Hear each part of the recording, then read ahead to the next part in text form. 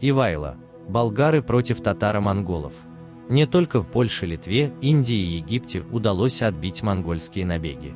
В то время как Русь платила дань Орде и подвергалась ежегодным разорениям и унижениям, в Болгарии смогли не только сбросить власть монголов, но и царя, который не решался защитить свой народ.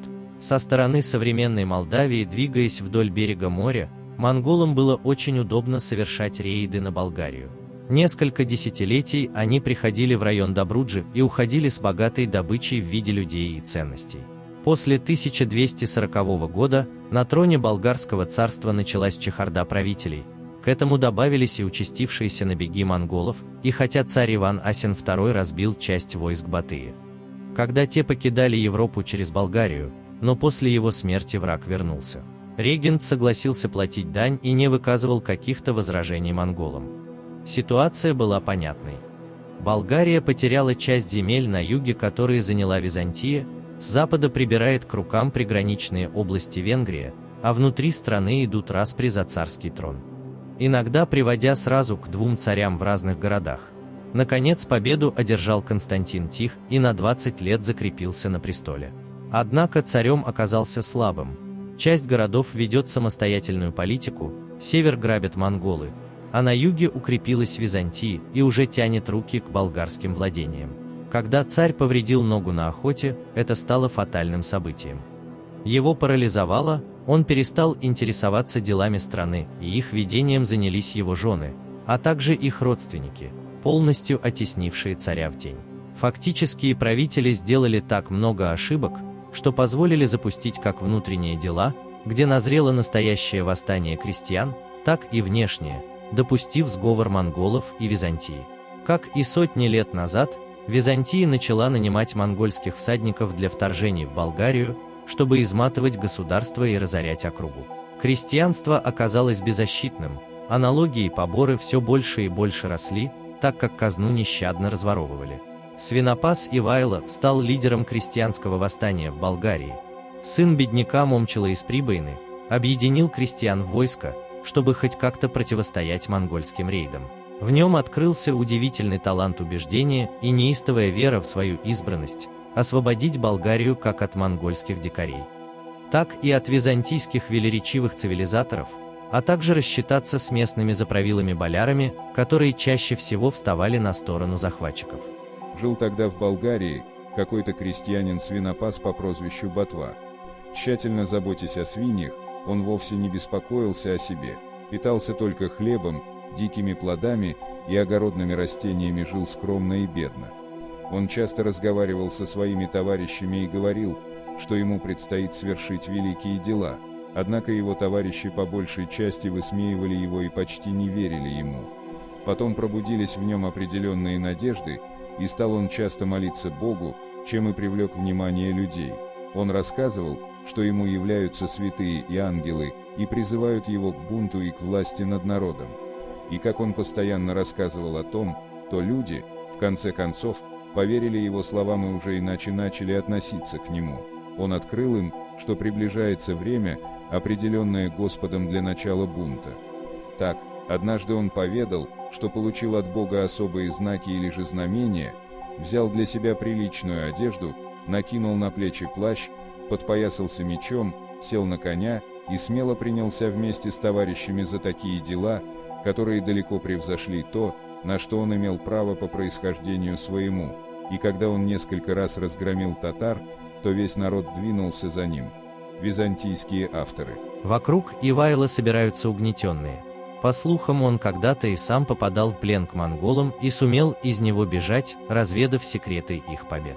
А затем победы одерживает он. К тому же среди приближенных Ивайло был крупный болгарский военачальник Гранислав. Крестьянская армия Ивайло сумела разбить сразу несколько монгольских атак на Болгарию, чего регулярная армия страны не делала со времен Батыя. Восстание вспыхнуло весной или летом 1277 года в северо-восточной Болгарии, где монгольское опустошение было сильнейшим. Летом 1277 года Ивайло столкнулся с грабительским отрядом монголов и разбил их. Вскоре последовала еще одна победа, и к осени все монголы были изгнаны с села болгарской территории. Ивайло объявляет себя царем и ведет народ в наступление на Тырново, столицу царства. Константин тихо собирает войска, но происходят чудеса. Армии, посланные в бой, или разбегаются при встрече с Ивайло, или переходят на его сторону. С немногочисленными верными людьми Тих дает бой Ивайло и терпит полный разгром, погибая и сам. Болгария становится владениями Ивайло, и лишь столицу жена Константина удерживает у себя. Византия правильно поняла ситуацию и, не раздумывая, вторглась в болгарские земли, ожидая легкой победы над сторонами. И снова произошло неожиданное. Жена Константина соглашается на брак с Ивайло и впускает в столицу его армию, соединив силы. 5 месяцев Ивайло воюет на 2 фронта. С севера нападают монголы, финансируемые Византией, а с юга уже непосредственно они же выдавливают болгар на север. В битве под Филипполем Ивайло побеждает византийскую армию, а монголы уходят назад, получив большие потери на севере, но тут же возвращаются вновь, пополнив ряды в русских княжествах. Византийская армия посрамлена, все битвы с Ивайло она проиграла. А он сам зарекомендовал себя как очень жестокий человек, и попасть в плен к нему означало верную смерть, что не побуждало простых солдат продолжать воевать.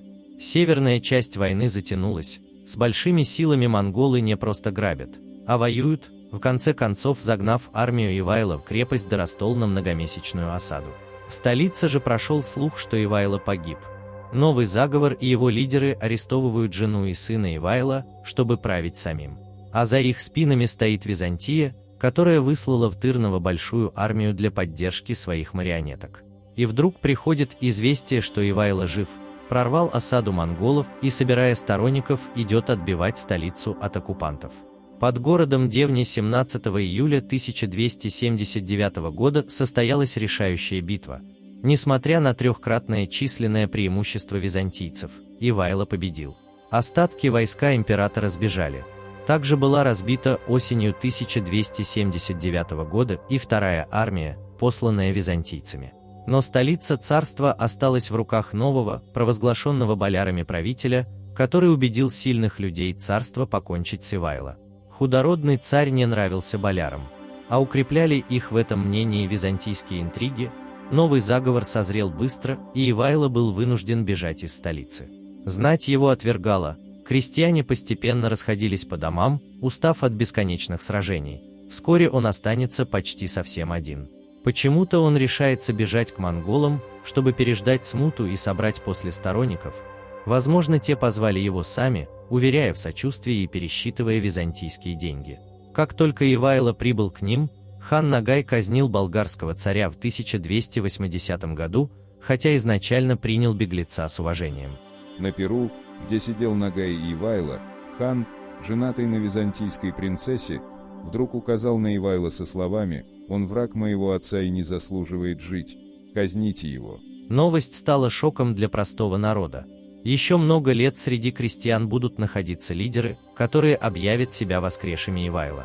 Если вам понравилось видео, ставьте лайк и подписывайтесь на канал.